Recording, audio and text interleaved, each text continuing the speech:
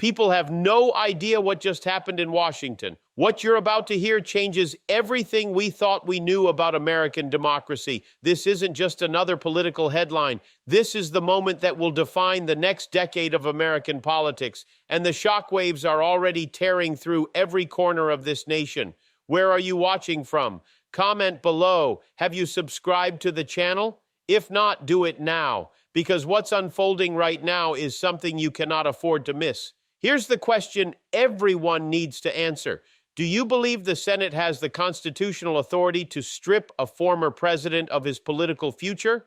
Let me paint you the picture. Just hours ago, the United States Senate voted in a session that can only be described as absolute chaos. The chamber was packed. Security was heightened. Protesters lined the streets outside the Capitol building, and inside, behind those massive wooden doors, a vote was cast that Donald Trump never saw coming. The Senate, in a stunning bipartisan maneuver, passed a resolution that effectively bans Donald Trump from holding any federal office ever again. Let that sink in. The 45th President of the United States, the man who reshaped the Republican Party, the figure who commanded stadiums full of supporters, has been politically exiled by the very institution he once worked alongside. But here's where it gets darker. This wasn't a snap decision. This wasn't some emotional reaction to a single event. No, this was calculated. This was planned. And the architects of this political takedown have been working in the shadows for months, building the legal framework, gathering the votes, and waiting for the perfect moment to strike. That moment came today, and the political establishment didn't hesitate. The resolution passed with 58 votes. 58 senators from both sides of the aisle raised their hands and declared that Donald Trump is unfit to serve. 7 Republicans joined every single Democrat in the chamber. 7 Republicans broke ranks, turned their backs on the man who defined their party for nearly a decade, and voted to end his political career. The names are already circulating. Mitt Romney, Lisa Murkowski, Susan Collins, the usual suspects, but also names that shocked everyone. Senators who campaigned with Trump, who praised him publicly, who stood beside him at rallies, they voted yes. The betrayal is palpable. And Trump's reaction? Explosive. Within minutes of the vote, his legal team released a statement calling this an unconstitutional coup, a political witch hunt, and a direct attack on the 74 million Americans who voted for him. Trump himself took to his platform, posting message after message in all caps, declaring war on the Republican establishment, vowing legal battles, and promising that this fight is far from over. His base is erupting. Social media is on fire. MAGA supporters are calling for primary challenges against every single Republican who voted yes. The party is fracturing in real time. But let's talk about what this really means, because this isn't just about Donald Trump. This is about power. This is about control. This is about a political class that saw a threat to their system and decided to eliminate it. The Senate used a provision buried deep in the 14th Amendment, Section 3, which allows Congress to disqualify individuals from office if they're deemed to have engaged in insurrection or rebellion. They're tying this directly to January 6th. They're saying that Trump's actions on that day, his words, his refusal to stop the violence, constitute insurrection. And now they're using that as legal justification to ban him from ever running again. The legal scholars are already weighing in, and they're divided. Some say this is a legitimate constitutional process. Others are calling it a dangerous precedent, a weaponization of government power to silence political opposition. Harvard law professor Lawrence Tribe says the Senate acted within its authority. Conservative legal analyst Jonathan Turley says this is a constitutional crisis that will end up before the Supreme Court. And that's exactly where this is headed. Because Trump isn't going quietly. His lawyers are already drafting appeals. They're preparing emergency motions. They're gearing up for the legal battle of the century. And here's the thing. Trump thrives in chaos. He built his entire political brand on being the outsider, the fighter, the man who never backs down. This Senate vote just handed him the ultimate rallying cry. He's already framing this as proof that the deep state is terrified of him, that the establishment will do anything to stop him, that he's the only one who can truly drain the swamp. His supporters are eating it up. The truth behind this is darker than you realize, because what happens next could tear this country apart. The fallout from the Senate vote is spreading faster than anyone anticipated. Within hours, every major news network was running wall-to-wall coverage. CNN, MSNBC, Fox News, they're all scrambling to process what just happened. But here's what they're not telling you. This vote wasn't just about disqualifying Trump from office. It was about sending a message to every single politician in America who dares to challenge the establishment. It was about drawing a line in the sand and saying, step over this and we will end you. Let's dig into the mechanics of how this happened because the details matter. The Senate resolution was introduced 3 weeks ago by Senator Chuck Schumer, but the groundwork was laid months before that. Behind closed doors, Democratic leadership held meetings with constitutional scholars, former prosecutors, and legal experts to build an ironclad case. They studied every speech Trump gave leading up to January 6th. They analyzed every tweet, every statement, every word. They interviewed witnesses, gathered testimony, and constructed a legal argument that Trump's actions met the definition of insurrection under the 14th Amendment. But they knew they couldn't do this alone. They needed Republican support. So they reached out quietly to moderate Republicans, senators in purple states, senators facing tough re-elections, senators who privately expressed frustration with Trump's grip on the party. And one by one, they secured commitments. Backroom deals were made, political favors were promised, and when the vote finally came to the floor today, those 7 Republicans delivered. Now, the Republican Party is in absolute meltdown. House Republicans are furious. Speaker Mike Johnson released a scathing statement calling the Senate vote a betrayal of conservative values and a direct attack on the will of the American people. He's vowing to block any legislation coming from the Senate until this resolution is reversed. House Freedom Caucus members are going even further, calling for the expulsion of the 7 Republican senators who voted yes. Marjorie Taylor Greene is demanding primary challenges. Matt Gaetz is threatening to withhold campaign funding. The party is at war with itself. And the Democrats? They're celebrating, but quietly. They know this is a dangerous game because while they may have succeeded in banning Trump from office, they've also created a martyr. They've given Trump and his movement exactly what they needed: a villain, a conspiracy, a reason to fight harder than ever. Democratic strategists are already warning that this could backfire spectacularly in the next election. Independent voters, swing state voters, they're watching this unfold, and many of them are uncomfortable with what they're seeing. It looks like political persecution. It looks like the establishment silencing a voice that millions of Americans support. The media reaction has been split down the middle. Left-leaning outlets are praising the Senate for taking a bold stand to protect democracy. Right-leaning outlets are comparing this to authoritarian regimes that ban political opponents from running for office. And in the middle, the confusion is real. Average Americans are trying to make sense of what this means, whether it's constitutional, whether it's fair, whether it's the right thing to do. Meanwhile, Trump is already turning this into a movement. His campaign, yes, he still has a campaign infrastructure, sent out a fundraising email within 30 minutes of the vote. The subject line, "They're trying to silence you." The email claims that banning Trump from office is an attack on every American who believes in freedom, who believes in fighting back against corruption, who believes in making America great again, and the money is pouring in. Reports say his campaign raised over $10 million in the first 2 hours after the vote. $10 million. That's how fired up his base is right now.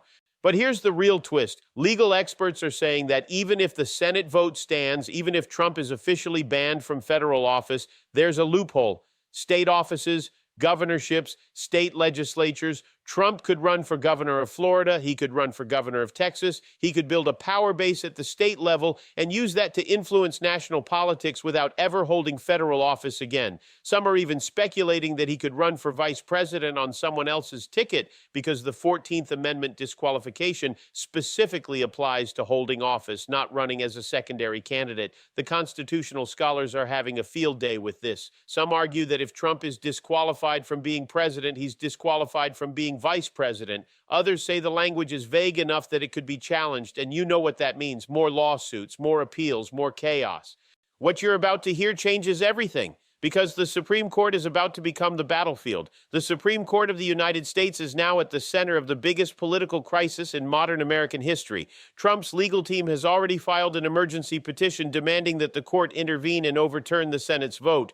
They're arguing that the Senate exceeded its constitutional authority, that the 14th Amendment disqualification clause requires a conviction in a court of law, not a simple majority vote in Congress. They're citing legal precedent, historical context, and constitutional originalism to make their case. And they're asking the court to issue an immediate injunction blocking the enforcement of the Senate resolution. This puts the Supreme Court in an impossible position. If they side with Trump, they'll be accused of protecting a political ally and undermining the will of Congress. If they side with the Senate, they'll be accused of allowing the weaponization of government power to silence political opponents. There's no winning here. No matter what the court decides, half the country will be outraged. But here's where it gets even more complicated. 3 of the justices on the Supreme Court were appointed by Donald Trump himself: Neil Gorsuch, Brett Kavanaugh, and Amy Coney Barrett. They owe their seats to him, and now they're being asked to rule on whether he can be banned from holding office. The conflict of interest is staggering. Legal analysts are already questioning whether those 3 justices should recuse themselves. If they do, that leaves only 6 justices to decide the case, which raises the possibility of a 3-3 split, which would uphold the lower court's decision, which would uphold the Senate vote, which would ban Trump from office. Trump is already anticipating this. He's publicly calling on his appointed justices to have the courage to do what's right, to stand up for the Constitution, to reject this political persecution. He's framing it as a test of loyalty, a test of principle, a test of whether the court will protect the American people from government overreach. The pressure on those 3 justices is immense. Meanwhile, Congress is in chaos. The House is paralyzed. Republicans are refusing to work with Democrats on anything until the Senate resolution is reversed. Democrats are refusing to back down, insisting that disqualifying Trump is necessary to protect democracy. Legislation is stalled. Government funding bills are stuck. There's talk of another government shutdown if this standoff continues. The country is watching the legislative branch tear itself apart in real time. And then there's the international reaction. World leaders are weighing in, and their responses reveal a lot about the global political landscape.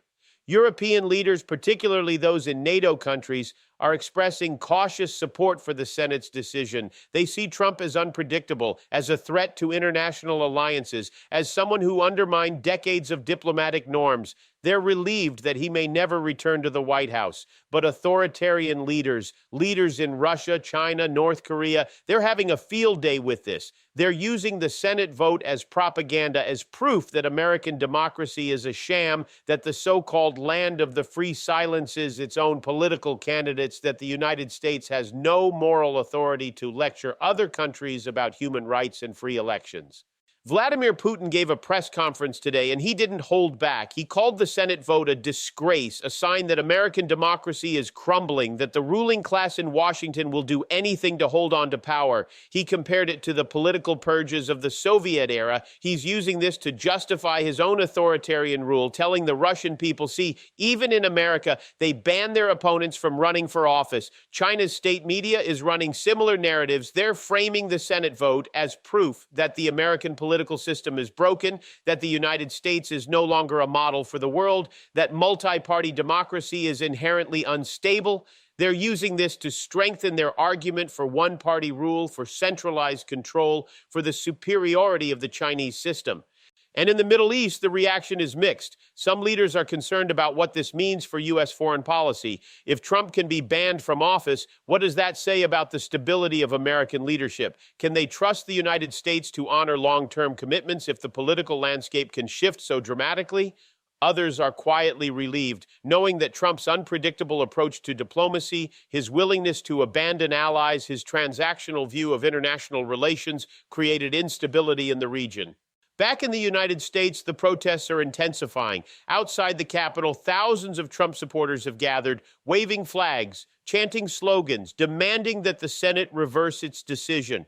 Counter-protesters are also present, supporting the Senate's vote, celebrating what they see as a victory for democracy. The 2 groups are separated by barricades and riot police, but tensions are high. There have already been several confrontations, several arrests. Law enforcement is on high alert, preparing for the possibility of violence. The truth behind this is darker than you realize, because what's happening right now isn't just about one man or one vote. This is about the future of American democracy itself. This is about whether the people have the right to choose their leaders or whether the political establishment can veto that choice. This is about the balance of power between the branches of government, between Congress and the courts, between the federal government and the states. This is about whether the Constitution is a living document that can be reinterpreted to fit modern circumstances, or whether it's a fixed set of rules that must be followed exactly as written. These are the questions that will define the next generation of American politics, and the answers are far from clear. Let's talk about the legal arguments because they matter. Trump's lawyers are making three main points. First, they argue that the 14th Amendment disqualification clause requires a criminal conviction, not just a congressional vote. They point to the language of the amendment, which says that individuals can be disqualified if they engaged in insurrection or rebellion, but they argue that this requires a judicial determination, a trial, a verdict, not a political process in Congress. Second, they argue that even if Congress has the authority to disqualify someone, it requires a two-thirds vote, not a simple majority. They're citing historical precedent and constitutional interpretation to support this claim. Third, they argue that Trump never engaged in insurrection. They say his actions on January 6th were protected by the First Amendment, that he was exercising his right to free speech, that he never explicitly called for violence, and that he cannot be held responsible for the actions of individuals who chose to break the law. The Senate's legal team is countering with their own arguments. They say the 14th Amendment is self-executing, meaning it doesn't require a criminal conviction to be enforced. They point to historical cases from the Reconstruction era when Confederate officials were disqualified from office without trials. They argue that Congress has the sole authority to determine whether someone engaged in insurrection and that a simple majority vote is sufficient. They also argue that Trump's actions on January 6th go far beyond protected speech, that he incited violence, that he knew the crowd was armed and angry, and that he refused to call them off for hours while the Capitol was under attack. Both sides have compelling arguments. Both sides have constitutional scholars backing their positions. And that's why this is headed to the Supreme Court, because only the highest court in the land can settle a dispute this profound. But while the legal battle plays out, the political battle is escalating. Trump has announced a nationwide tour. He's calling it the Save America from Tyranny Tour. He's planning rallies in every swing state, massive gatherings where he'll rail against the Senate, against the establishment, against everyone who he believes is trying to destroy him. His message is simple. They're not after me, they're after you. I'm just in the way. And it's resonating. His supporters are more energized than ever. They see him as a martyr, as a fighter, as the only person willing to stand up to the corrupt system. The Republican primary race is now completely upside down. Other candidates, DeSantis, Haley, Ramaswamy, they're all scrambling to figure out how to navigate this new reality. Do they defend Trump? Do they distance themselves? Do they try to position themselves as the heir to the MAGA movement? Every choice is a gamble. Some are calling for the Senate vote to be reversed, trying to win over Trump's base. Others are staying silent, hoping the legal process plays out before they have to take a position. But the pressure is immense because Trump's supporters are demanding loyalty, and any candidate who doesn't show it will be labeled a traitor. The Democratic Party, meanwhile, is watching this chaos and trying to capitalize on it. President Biden hasn't directly commented on the Senate vote, but his White House has released statements supporting Congress's constitutional authority. Democratic strategists are already planning campaign ads highlighting the divisions within the Republican Party, painting them as unfit to govern. But they're also nervous because they know that if Trump becomes a martyr, if millions of Americans see this as an injustice, it could mobilize Republican voters in unprecedented numbers. And then there's the media circus. Every cable news show is covering this nonstop. Political commentators are debating the constitutionality, the morality, the political implications. Some are predicting that this will lead to a constitutional crisis. Others are predicting civil unrest. Still others are predicting that Trump will find a way to overturn this and run anyway. The speculation is endless, and the American people are drowning in conflicting narratives.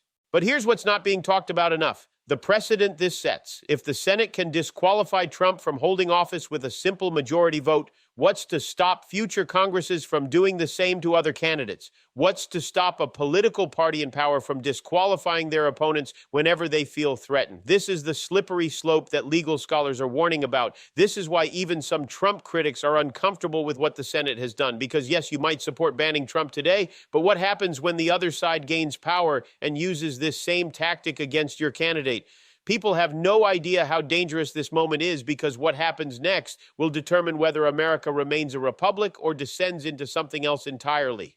The Supreme Court has announced it will hear Trump's case in an expedited session. That's how serious this is. The court rarely moves this quickly, but they understand the urgency. They understand that the nation is on edge, that every day this drags on increases the risk of violence, of constitutional crisis, of a complete breakdown in public trust. The hearing is scheduled for 3 weeks from now, and both sides are preparing for the most consequential legal argument in decades. Trump's legal team has enlisted some of the most respected constitutional attorneys in the country. They're building a case not just on legal technicalities, but on fundamental principles of American democracy. They're arguing that allowing Congress to ban political candidates sets a precedent that will destroy the electoral process. They're arguing that the American people have the right to vote for whomever they choose, and that no government institution should have the power to overrule that right. They're arguing that this is about more than Trump, that it's about preserving the very foundation of representative government.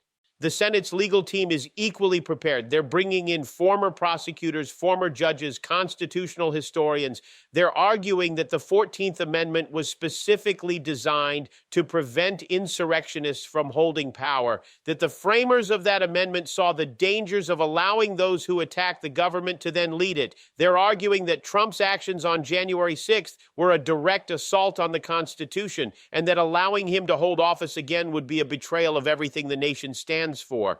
The oral arguments will be broadcast live. Every major network will carry them. Millions of Americans will be watching, listening, trying to understand the legal nuances, trying to predict the outcome. The justices will ask pointed questions. They'll challenge both sides. They'll probe the weaknesses in each argument, and then they'll deliberate behind closed doors, weighing the law, the precedent, the consequences. Their decision will reshape American politics for generations. But we don't have to wait for the court to see the impact this is already having. Trump's poll numbers among Republicans have skyrocketed. 92% of Republican voters now say they support him. That's higher than at any point during his presidency. The Senate vote didn't weaken him. It strengthened him. It galvanized his base in a way that nothing else could have. His rallies are drawing record crowds. His fundraising is breaking records. His grip on the Republican Party is tighter than ever.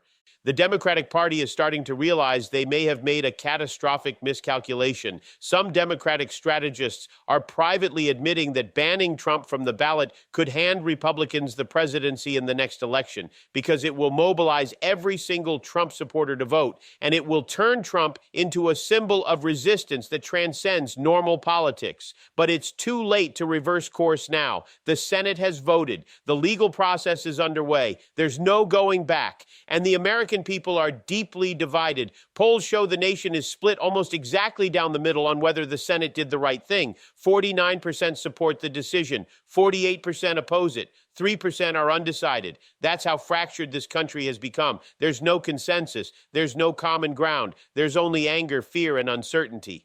International observers are watching all of this with a mixture of fascination and concern. Some see it as a sign that American democracy is resilient, that the system has mechanisms to prevent authoritarianism. Others see it as a sign that American democracy is collapsing, that the country is tearing itself apart, that the divisions are too deep to ever be healed.